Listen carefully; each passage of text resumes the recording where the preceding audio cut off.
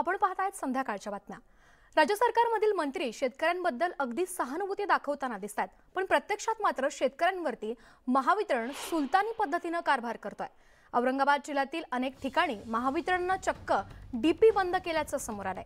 त्यामुळे काही गावच्या गावं ठप्प पडली आहेत। औरंगाबाद तालुक्यातील टाकळी माळी गावातील पिठाच्या गिरण्या या गेल्या 6 दिवसांपासून बंदच आहेत। गावातील पाणी पुरवठा सुद्धा गेल्या 6 दिवसांपासून बंद असल्याने लोकांचे हाल होत आहेत। शेतकऱ्यांना आता पिण्याच्या पाण्यासाठी भटकंती सुद्धा करावी लागते। मात्र थकीत वीज बिल वसूल करण्याचा अधिकार महावितरणला आहे। मात्र वीज बिल भरलेल्यांना सुद्धा वेठीस धरणं हे कुठलं धोरण आहे, असा सवाल ग्रामस्थांकडून उपस्थित होतोय। 8 ते 10 दिवस झाली टोमॅटोची लागवड झाली।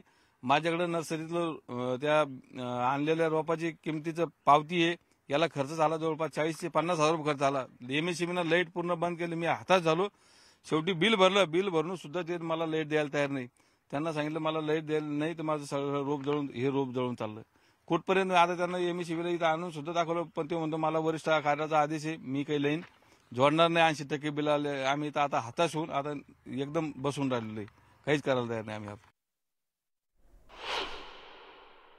वरिष्ठांच्या आदेशानुसार की ज्या वीज ग्राहकांनी चालू बिल भरलेले नाहीत त्यांचा वीज पुरवठा खंडित करण्यास सांगितलंय। म्हणजे ऍक्च्युअली ज्या लोकांनी बिल भरलेले नाहीत त्याचं खंडित करू नये आणि ज्याने भरलेले नाहीत त्याचं खंडित करा म्हणून वरून आदेश आलेला आहे। पिठाच्या गिरण्या आहेत त्या आपल्या एजीच्याच म्हणजे शेतीचे ट्रान्सफॉर्मर आहे, त्या ट्रान्सफॉर्मरवर असल्यामुळे त्यांना बी तो प्रॉब्लेम येत आहे।